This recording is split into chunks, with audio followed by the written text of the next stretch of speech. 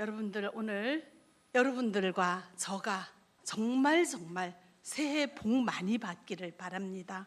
새해는 정말 좋은 일만 가득하기를 바랍니다. 또한 물질 또한 부족함이 없이 넉넉하게 채워지는 그런 한 해가 되기를 바랍니다. 우리가 작년 한 해는 원치 않는 물질의 손해로 또 고생하신 분들도 계실 줄 알고요. 올해는 그런 어려운 일, 힘든 일 정말 없었으면 참 좋겠습니다. 우리가 살아가는데 부족함이 없도록 이렇게 채워지면 얼마나 좋겠습니까? 또한 새해에는 여러분들과 저에게 건강의 복이 임하기를 바랍니다.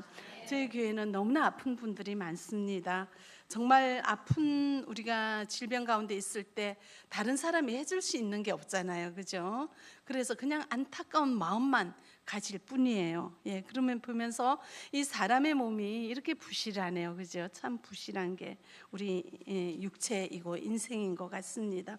지금도 입원해 있는 사람이 있고요. 또한 내일 수술 받는 어린아이도 있습니다. 여러 가지 이유로 불편한 몸으로 지내는 분들 계시는데 아무쪼록 새해에는 잘 회복되기를 바라고요. 또한 우리 생활 자체가 건강한 생활이 되었으면 좋겠습니다. 그래서 질병을 예방하는 그런 새해가 되어지기를 바랍니다. 이렇게 이제 세상 모든 사람들이 정말 이 세상에서 살아가는 것이 편하고 잘 되기를 바라는, 이걸 복이라 하잖아, 그죠? 그래서 이 복을 받기를 너무너무 원합니다. 안 그런 사람이 없을 거예요. 그래서 또한 우리 중국에서도 우리 복 받기를 원하잖아요, 그죠? 근데 중국에서는 이 복 받기를 원하는 이 마음을 복이란 글자를 써서 나타내는데, 이 복이 빨갛게, 복자를 빨갛게 쓰고 바탕을 빨갛게 하고 복자는 뭐를 써요? 금빛. 금빛으로 쓰는데 이 복자를 바로 세워요, 거꾸로 해요? 거꾸로 해요.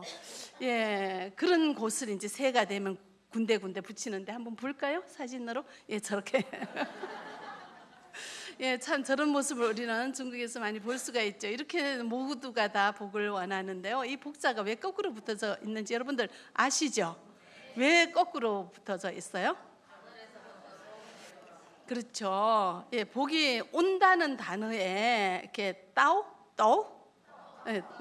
글자가 온다는 복인데 글자인데, 이거랑 똑같은 발음을 가진 글자가 이렇게 말씀 인변이 아니 사람 인변이 하나 붙은 자는 거꾸로란 뜻이에요. 같은 발음이니까, 그래서 이 복자를 거꾸로 오면 복이 왔다는 뜻이 된다고, 이렇게 이제 온 곳에 이렇게 복자를 거꾸로 쓰는 것을 보았습니다. 이렇게 부자 되기를 원하고, 건강하기를 원하고, 오래 살기를 원하고, 자녀가 많기를 원하고, 재능이 많기를 원해서 이 세상 한평생 잘 살아보고자 하는 이 열망이 우리 모두에게 있는데, 문제는 내 뜻대로 되지 않는 것이 세상이라는 걸 우리가 알아차려 버렸어요, 그죠? 정말 세상 사람들도 알아요. 이런 복, 물질의 복, 건강의 복, 생명의 복, 자녀의 복, 뭐 형통한 복, 덕을 쌓는 복, 이런 복 이제 정말 바라는데 이것이 내 뜻대로 안 된다는 것을 사람들이 알아요. 그래서 새로운 한 해가 되면은 이 보통 일반 사람들이 어떻게 해요? 새해 첫날 떠오르는 태양을 보면서 이 소원을 빌면 그대로 이루어지리라, 그죠? 그래가지고 이 한국 사람들은 이 좁은 이 한반도의 가장 동쪽으로 달려가요. 아마 새해에 먼저 일출을 봤을 거예요, 그곳에서, 동해안에서. 그리고 또 동해안 가장자리 제일 먼저 보는 게 포항에 토끼 꼬리같이 이렇게 있는데 거기가 제일 동쪽이거든요. 또 거기서 또 일출을 보기도 하고, 우리 중국에서는 어디에서 일출을 보는 게 제일 빠를까요? 하도 땅이 넓어가지고 우리가 생각하기가 어렵습니다. 이렇게 사람들은 복을 받기를 원하는데 그것이 내가 원하는 대로 주어지지 않는다는 것을 아는 거죠. 알기만 해요. 그래서 내 힘대로 애쓰다가 이 세상 허무하네 한탄하며 결국은 이 세상을 하직할 때 지옥불로 가는 이런 허망한 인생을 세상 사람들은 살아가고 있습니다. 그런데 우리는 알아요. 이 복이 어디에서 온다는 거? 하나님에게서 온다는 걸 알아요. 그러니까 오늘 이 자리에서 예배드리는 줄 믿습니다. 하나님께서는 이 세상을 창조하시고 하나님의 계획과 하나님의 뜻과 하나님의 지혜대로 이 세상을 창조하시고 그에 잘 조화롭게 살도록 우리 인간을 또한 창조하셔서 우리 사람이 이 땅에서 어떻게 사는 것이 가장 좋은가를 알고 계셔요. 창조했으니까, 그 법칙을 아니까 어떻게 살면 잘 산다는 그 비결을 성경에 기록을 해놨다는 겁니다. 그래서 우리는 오늘도 주님을 통하여 우리가 한 번밖에 없는 인생을 어떻게 하면 잘 살고 2026년도는 어떻게 살아야지 잘 사는 비결이 될 것인가를 생각을 하게 됩니다. 자, 우리 여기서 아는 것은 이 세상 모든 것의 주인은 누구시다? 하나님이라는 것을 알아요. 그런데 때로는 자주 잊어버려요. 내가 주인인 줄 알아요. 여러분들 한 예를 들어보겠습니다. 지금 우리가 이렇게 앉아 있고 서 있는데요, 발이 어디 있습니까? 땅을 딛죠. 머리는요? 하늘을 향해요. 그래서 지금 우리가 살아가면서 보는 세상, 우리 눈에 보이는 시야는 이렇게 반듯해요. 밑에는 땅, 위에는 하늘. 그래서 우리의 일반적인 상식으로는 발은 어디를 디뎌야 된다? 땅을 디뎌야 된다. 머리는 하늘을 향해야 된다. 우리가 어떤 사람이 만약에 벽에다가 발을 딛고 옆으로 이렇게 서 있을 수도 없지만 그렇게 걸어 다니면 그 사람이 우리 눈에 정상으로 보여요? 이상하게 보이잖아. 그렇게 우리의 일반적인 상식은 밑에는 땅, 위에는 하늘, 뚫려 있는 하늘. 여기에서 이렇게 살아가는 것이 안전하고 좋아 보이는 거예요. 그런데요, 여러분들, 자, 이 지구는 어떻습니까? 둥그래요. 우리는 북반구에 살거든요. 북반부에 사는 사람들은 우리의 모습대로 이렇게 본다고 우리는 상상을 할 수가 있지만 저 남반구에 사는 사람, 남쪽에 사는 사람들은 이 동그란 지구에 어떻게 있을까요? 거꾸로 있죠. 지도 한번 볼까요? 사진? 예, 이렇게 돼요. 살고 있어요, 사람들이. 근데 신기한 거는 우리 상식으로 보면은 저기 밑으로 노란 옷 입고 있는 사람은 떨어질 것 같죠? 예, 저 하얀 옷 입고 있는 밑에 있는 사람, 저 까만 옷 입고 있는 사람 떨어질 것 같죠? 그런데 지금 지구를 인공위성으로 촬영하면 모두가 다 저 동그란 지구에 땅이라고 생각하는 동그란 육지면에는 발을 딛고 머리는 창공을 향해서 저렇게 살고 있어요. 여러분들 신기하지 않습니까? 어떻게 저게 안 떨어지고 저기 지구에 붙어서 살고 있을까? 이게 사실이에요. 우리는 지금 요거밖에 안 보이니까 우리가 반듯한 곳에서 안전하게 살고 있지만 멀리서 인공위성으로 지구를 촬영하면 이런 모습으로 보인다고요. 단지 제가 사람을 좀 크게 이제 이해를 돕기 위해서 크게 이제 한 거죠. 어떻게 이 지구에 동그란 데 사람들이 이렇게 붙어 있을까요? 지금 우리가 여기서요, 자기 폴짝 뛰면, 한번 이렇게 폴짝 뛰면 이 다리가 어디로, 저 하늘로 날아갑니까? 어디로 돌아옵니까? 땅으로 돌아와요. 그런데 저기 아까 그 사진에 노란 옷 입고 있는 사람도 폴짝 하늘로 뛰면 그 발이 어디로 돌아와요? 땅으로 돌아가요. 그래서 모든 몇십억의 인구가 그 동그란 데 붙어서 살고 있어요. 왜 그럴까요? 이것은 지구 중심에 중력이라는 힘이 있어요. 이 끌어당기는 힘이 있어요. 우리 발에 본드를 붙였거나 찍찍이를 붙이거나 뭐 자석을 붙여가지고 이 땅에서 떨어지지 않고 조금이라도 뛰면 다시 땅으로 돌아오는 이런 현상이 일어나는 것이 아니라 지구 저 중심에서 모든 몇십억의 인구가, 그리고 63층, 150 몇 층 되는 빌딩이 그 든든히 세워져 있을 정도로 그 안에서 잡아 끄는 힘이 있어요. 이게 뭐냐면은 중력이잖아요. 보이지 않는 그 중력이라는 힘으로 이 수많은 사람들이 지구에 안전하게 붙어있게 하고 모든 건물이 쓰러지지 않고 존재할 수 있도록 이 지구를 창조하시고 지금도 움직이고 다스리고 운행하고 계시는 분은 누구십니까? 하나님이시죠. 하나님이 절대자 하나님이시며 이 세상의 모든 창조주며 다스리는 절대 주권자이심을 여러분들 다시 한번 기억할 수 있기를 바랍니다. 이 신비한 일을 행하시는 하나님, 우리의 인생에 관여하십니다. 사람이 얼마나 나약하고 사람이 얼마나 한계가 있습니까? 우리는 지금 3부 예배 때는요, 요 벽을 사이에 두고 벽 저기 밖에 일은 안 보이죠? 너무나 집중해서 이렇게 예배를 드리는데요, 제가 지난번에 예배 설교 안 하고 밖에 나가봤더니 3부 때는 저기서 밥을 먹는 사람도 있어요. 지금 그리고 저기서 막 식당에서 왔다 갔다 하면서 왔다 갔다 하는데 우리는 벽이란 것 때문에 가려졌기 때문에 저기 일은 보이지도 않아요. 벽 하나로 인하여 너무 세상을 볼 수 없는 우리 사람이고 1분 후의 일을 알 수 없는 게 우리 사람이에요. 이렇게 한계를 가진 사람이 복 받기를 원하는데 그 복은 누가 만드시고 누가 주신다고요? 하나님이 만드시고 하나님이 주시고 우리 인생에 관여하신다는 것을 여러분들 다시 한번 생각할 수 있기를 바랍니다. 그래서 가장 지혜로운 사람은 깨달아요. 복을 받으려면 어찌해야 된다고? 누구에게 가야 되죠? 복을 줄 수 있는 분에게 가야죠. 누구에게로 가는 게 좋은 거죠? 하나님께 가까이 가는 것이 복을 받는 비결이에요. 자, 우리가 시편 73편 28절 우리 같이 한번 읽어보겠습니다. 하나님께 가까이 함이 내게 복이라. 내가 주 여호와를 나의 피난처로 삼아 주의 모든 행적을 전파하리이다. 예. 그래서 우리는 이 세상의 모든 주권자 되시는 창조자 되시는 절대 만왕의 왕 되시는 하나님을 발견하고 가장 그분과 가까이 할 수 있기를 바랍니다. 자, 어떻게 해야지 우리 하나님께 가까이 할 수 있을까요? 그 비결이 뭘까요? 그래서 우리는요 계속 뭐 예배 시간에 와서 예배 열심히 드리고 봉사하고 이러면 되는지를 알아가지고 우리는 열심히 주일날 와서 이렇게 예배 드리잖아요. 그런데 어떤 사람은 앉아가지고 몸만 앉아가지고 생각은 딴 거예요. 아침에 집에 가스불을 안 잠궜는데 아침에 무슨 일을 뭘 안 했는데 온갖 생각을 하고 앉아만 있는 거예요. 마음은 딴 데 가 있으면서. 그러고 그냥 왔다 갔다 형식적인 신앙생활 하다가 하나님 저 참 신앙 좋죠, 저 잘 믿죠, 이러다 어려운 일 당하면 하나님 나 이렇게 열심히 했는데 왜 나 안 도와주세요? 하나님 살아 계세요? 안 살아 계시잖아요. 그럼 왜 이래요? 하면서 따지기 좋아하고 원망하기 좋아하는데요, 사실 하나님은 안 속아요.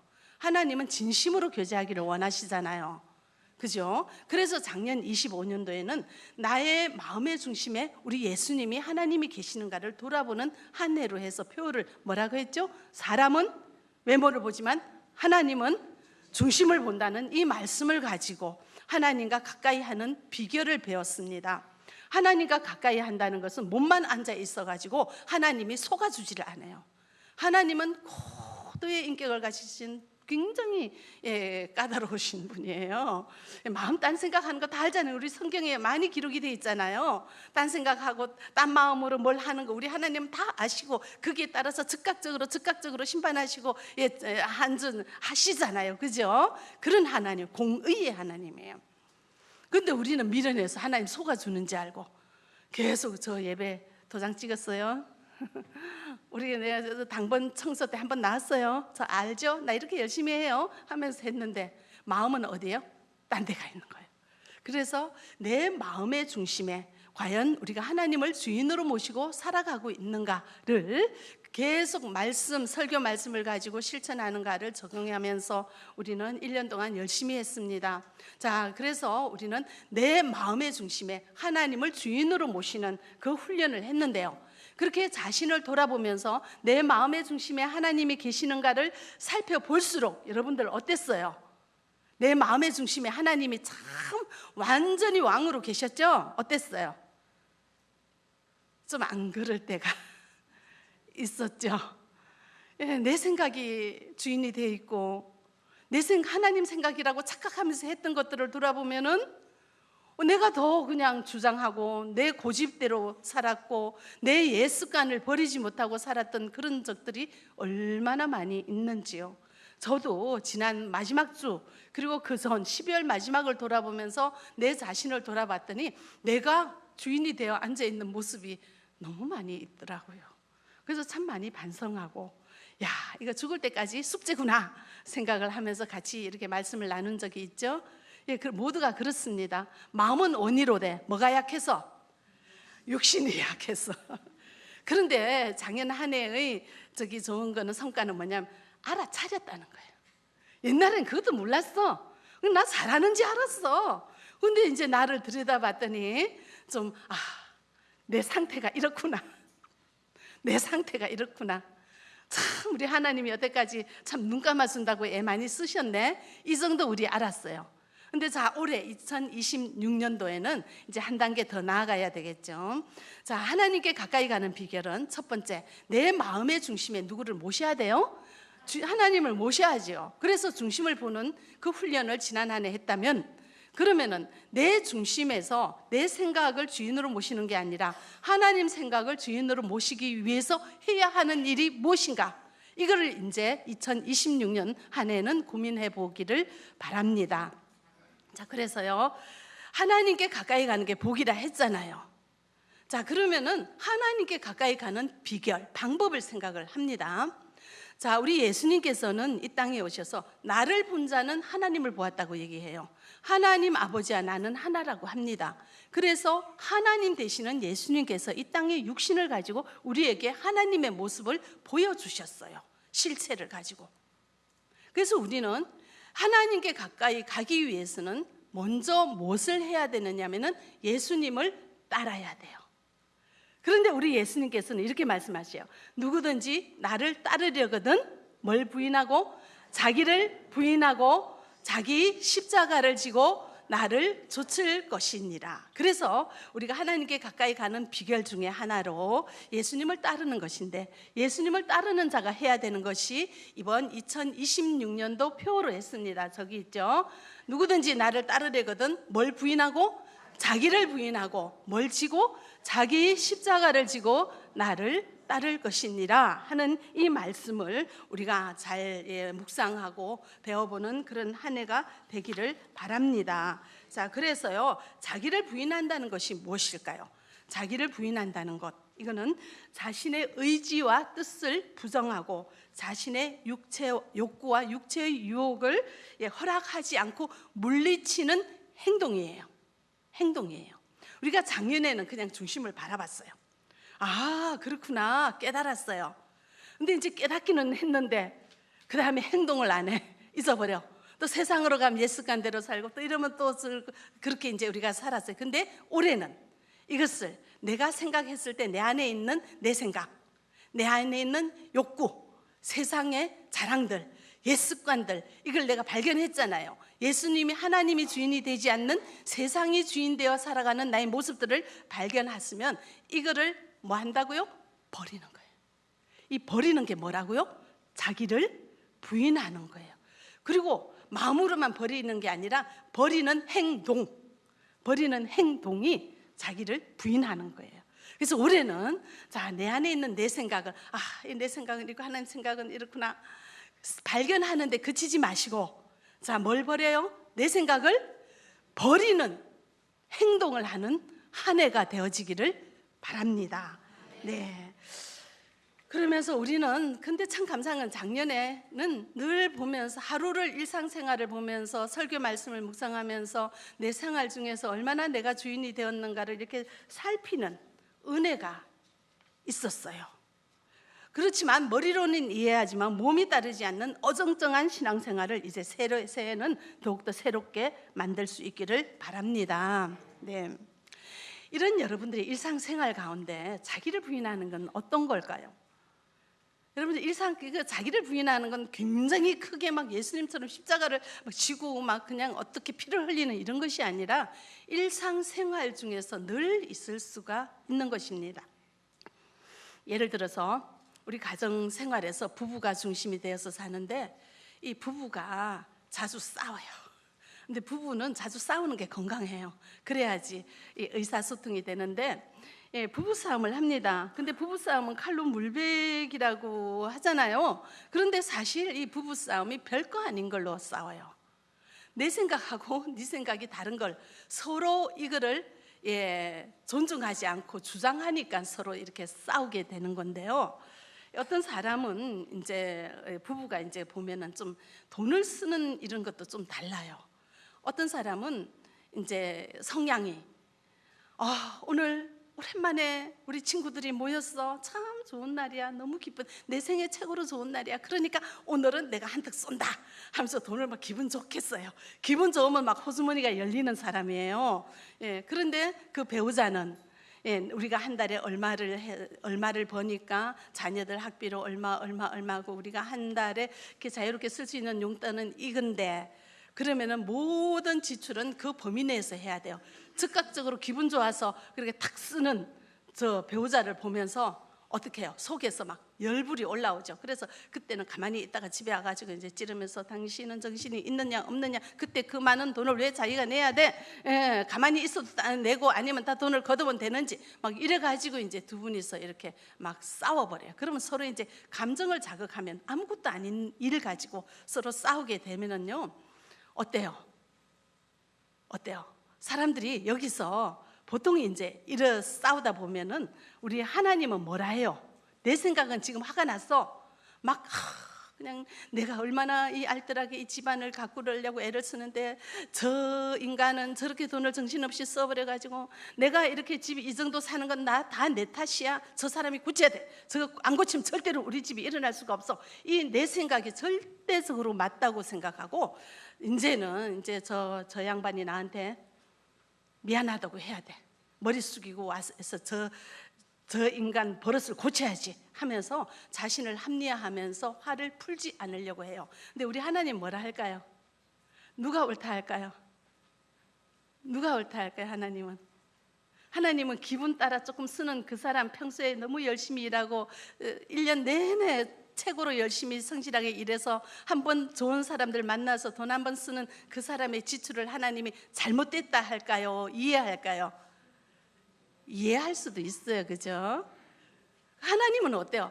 그 돈 가지고 둘이서 아등바등 싸우는 걸 좋아하겠어요? 그냥 화해하고 좋게 의논하고 그럼 이렇게 앞으로 돈 쓸 때 나하고 의논하고 하자, 이렇게 타협점을 찾을 수가 있잖아요. 근데 그 타협점을 찾으려고 생각하지 않고 계속 이제 전쟁 분위기를 갖고 있으면 우리 하나님 뭐라 할까요?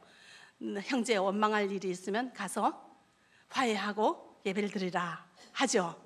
그러면 어찌해야 돼요? 내가 먼저 아유 우리 그래 잘 지냅시다, 내가 화를 내서 미안해요 이러면서 이렇게 화해를 청하고 싶은데 크게 말이 어때요?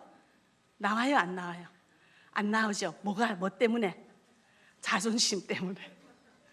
그때 그 자존심을 내려놓고 내가 먼저 가서 화해를 청하는 것이 뭘 부인하는 거예요? 자기를 부인하는 거예요. 자기를 부인하는 거예요. 이런 자기를 부인하는 화평과 화목을 위해서 내가 먼저 양보하고 내가 먼저 다가가는 이런 것들은 우리 가정에서뿐만이 아니라 직장에서도 그리고 교회에서도 그렇게 하는 것이 자기를 부인하는 거죠. 우리 하나님 입장에서 보면 그렇게 누가 옳고 누가 그러고가 없어요. 근데 우리는 꼭 내가 옳고 너가 틀렸다를 증명하려고 하는데 우리 하나님은 너무 네가 옳고 내가 틀렸다고, 내가 옳고 네가 틀렸다고 이거 가지고 너무 피 터지게 싸우는 그걸 보면서 제발 좀 화평해라. 제발 좀 잘 지내라. 이게 하나님 뜻이잖아요. 그죠? 그래서 싸움을 유발하지 마시고 싸우지 마시고 하나님 뜻대로 잘 지낼 수 있도록, 혹시 문제가 일어나면 내가 먼저 양보하는 것이 뭡니까? 자기를 부인하는 거예요. 근데 이 자기를 부인한 이게요, 일상생활에서 하루 24시간 동안에 정말 해야 될 일이 참 많은데 여러분들 날마다 이런 생활의 현장 속에서 얼마나 내가 순종하고 있습니까? 돌아보시기 바랍니다.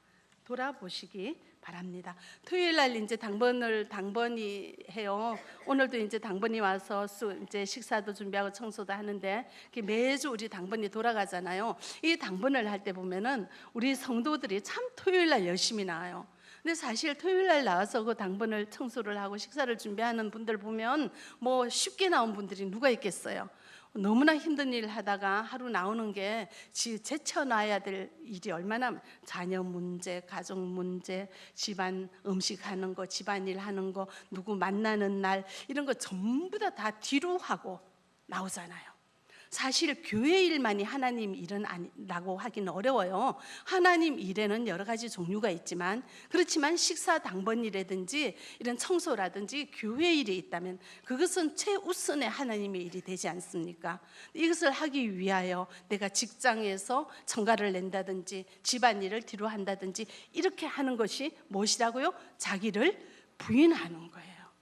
그래서 올해는 이런 나의 24시간 생활 중에서 자기를 부인하는 것이 하루 중에 있어지기를 바랍니다. 자, 그런데요. 자, 우리 예수님께서 이렇게 하잖아요. 누구든지 나를 따라오려거든 뭘 하고? 자기를 부인하고. 이 말을 하게 된 배경이 있어요. 왜 갑자기 뜬금없이 나를 따르려면 자기를 부인해라 이 말을 했을까요? 자, 그러면 그 앞에 구절을 우리 같이 한번 읽어보겠습니다. 21절로 23절까지 우리 같이 읽어보겠습니다. 이때로부터 예수 그리스도께서 자기가 예루살렘에 올라가 장로들과 대제사장들과 서기관들에게 많은 고난을 받고 죽임을 당하고 제3일에 살아나야 할 것을 제자들에게 비로소 나타내시니 베드로가 예수를 붙들고 항변하여 이르되 주여 그리 마옵소서 이 일이 결코 주께 미치지 아니하리다. 예수께서 돌이키시며 베드로에게 이르시되 사단아 내 뒤로 물러가라. 너는 나를 넘어지게 하는 자루다. 내가 하나님의 일을 생각하지 아니하고 도리어 사람의 일을 생각하는도다 하시고. 아멘. 자, 예수님이 이 말을 하게 된 것은 21절에 보시면 예수님이 앞으로 내가 어떤 일을 당할 것인가를 얘기해요. 예수 그리스도께서 자기가 예루살렘에 올라가 누구들에게? 장로들과 대제사장들과 그 다음에 서기관들에게 뭘 받는다고요? 많은 고난을 받고 뭘 당하고요? 죽임을 당하고 살아날 것을 이렇게 얘기를 해요. 자, 여러분들이 지금 2000년 전에 예수님 앞에 있는 베드로라 생각을 해보세요. 그렇게 3년 동안 잘 지내고 항상 이렇게 너무나 사랑하는, 너무나 존경하고 너무나 경배하는 우리의 주 되신 예수님과 같이 있는데 그 예수님이 말씀을 하시는 거예요. 어떤 말씀을? 서기관과 장로들과 대제사장들이 나를 너무 괴롭히면서 죽일 거야. 이 일이 일어날 거야. 그리고 내가 다시 살아난다. 이 얘기를 해요. 근데 그 당시 2000년 전에 베드로는 그 후에 예수님이 어떻게 된 일을 알아요? 몰라요? 근데 예수님으로부터 하나님 나라의 일은 듣기는 했어요. 그런데 본 적이 없단 말이야. 선 지식이 있지만 그것을 체험한 적이 없어요. 그런데 너무나 사랑하는 예수님이 누가 나를 괴롭히고 죽일 것이야. 그래서 나는 얼마 후에 이런 고난을 받고 죽게 될 것이야. 이 얘기를 하는데 여러분들 같으면 어떻게 반응하겠어요? 아, 그게 하나님 일이군요. 예, 예수님, 예, 그리 하십시오. 잘 가십시오. 이 말이 나오겠어요? 그 말이 나오겠어요?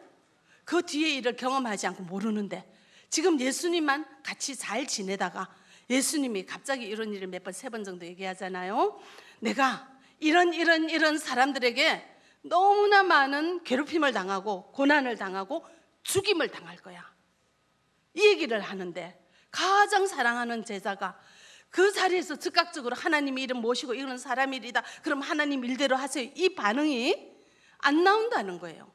감정적으로 인간적으로 반응할 수밖에 없는 거죠. 얼마나 마음이 아픕니까? 누가 우리 예수님을 그렇게 괴롭혀? 누가 우리 예수님을 죽여? 그러니까는 이 베드로, 정이 많고 열정적인 베드로는 우리 예수님을 그렇게 두도록 제가 하지 않겠습니다. 제가 반드시 그 일을 맡겠습니다 하면서 열정적으로 예수님을 붙들고 막 그리 아니되옵니다 하면서 얘기를 하게 되는 거잖아요. 자, 이 베드로의 반응은 우리가 일상생활에서 살아갈 때 정상 당연히 사람으로서 인간적인 감정이 있는 사람들이 그리 할 수밖에 없는 그런 반응이기도 해요. 근데 여기서 우리는 그로부터 2000년 후에 이 사건을 다 알고 성경에 기록된 말씀을 다 아니까 베드로가 사람의 일을 생각했구나, 하나님의 일을 생각하지 않았구나를 아는데 그런 현장에서 바로 하나님의 일과 사람의 일을 구분해서 생각하고 사람의 일은 버리고 하나님의 일을 택하는 그런 경지에까지 도달하기가 이거는 쉬운 일이 아닌 거예요. 그렇지만 우리 예수님께서는 성도라 하면 그리 해야 된다고 생각하는 거예요. 왜냐하면 예수님이 십자가에 죽으시고 부활하셔서 승천하시고 성령님을 보내주시는데 모든 믿는 자의 마음속에는 성령님이 내주하시니까 이 성령께서는 하나님의 말씀을 깨닫게 하고 하나님의 일을 알 수 있는 지혜를 주실 거란 말이에요. 그러니까 우리가 성도는 말씀 붙들고 기도하면서 늘 일상생활 가운데서 하나님의 일은 무엇인지, 사람의 일은 무엇인지, 하나님의 생각은 무엇인지, 사람의 생각은 무엇인지를 분별해서 이 사람의 생각은 버리고 하나님의 생각대로 따르는 생활을, 신앙생활을 해야 된다고 생각하기에 그것을 교훈하기 위하여 이 말씀을 하시는 거예요. 누구든지 나를 따르려거든 뭘 하고? 자기를 부인하고. 자기를 부인하는 게 뭐라고요? 자기 생각을 내려놓고 하나님 생각을 받들어 그대로 하는 행위를 얘기하는 거죠. 그걸 하라는 거잖아요.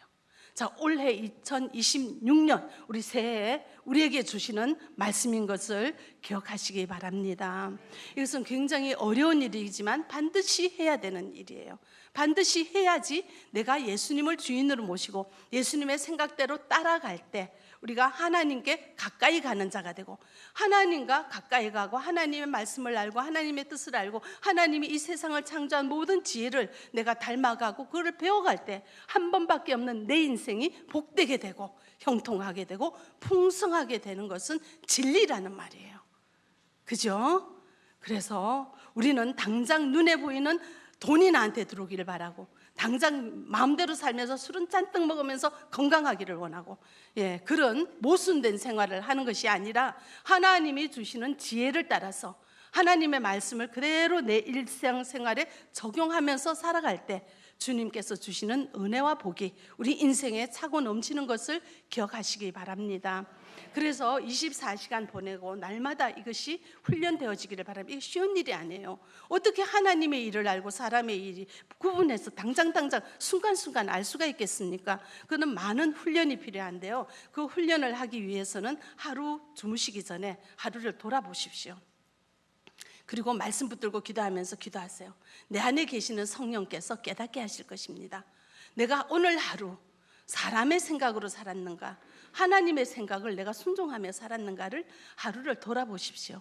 그럴 때는 깨닫게 될 겁니다. 그런데요, 그렇게 기도해도 아무 생각이 안 나고 내가 잘했는지 못했는지 생각이 안 나면 문제가 있는 거예요. 내 안에 누가 안 계셔요. 성령님이 계시면 생각이 하나라도 생각나요. 그죠?